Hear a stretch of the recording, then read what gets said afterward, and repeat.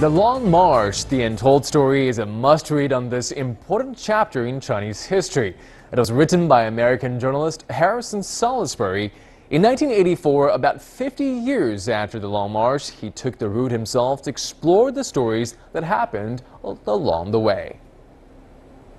From the eastern province of Jiangxi to Shanxi in northwest China, Harrison Salisbury spent 74 days completing the Red Army's 12,500-kilometer route.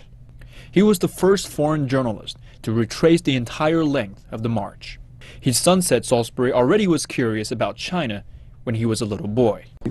His greatest desire in his career was to follow in the footsteps of Chairman Mao and all the great heroes of the Long March and tell the story like it had never been told. And he knew that Ed Snow, who had interviewed Mao in Yan'an when Mao was in the caves there in 1936, I think, or 7, and he wrote letter after letter, importuned every official that he could get his hands on.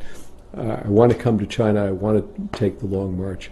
For more than a decade, Salisbury made preparations and researched. In April 1984, the reporter finally set off in his 70s from Yudu, a major starting point of the Long March in 1934.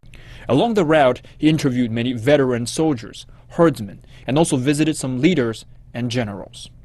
In an interview after his Long March, Salisbury said, "Only I felt by traveling those 7,400 miles could I write an accurate account of the Long March. Only so could I convey some small sense of the ordeal of the men and women who made the march."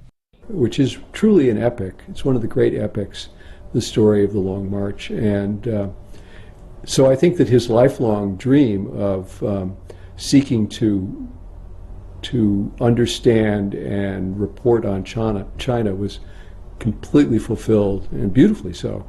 In 1985, his book, The Long March, The Untold Story, was published. Through the book, he showed the world a real image of China.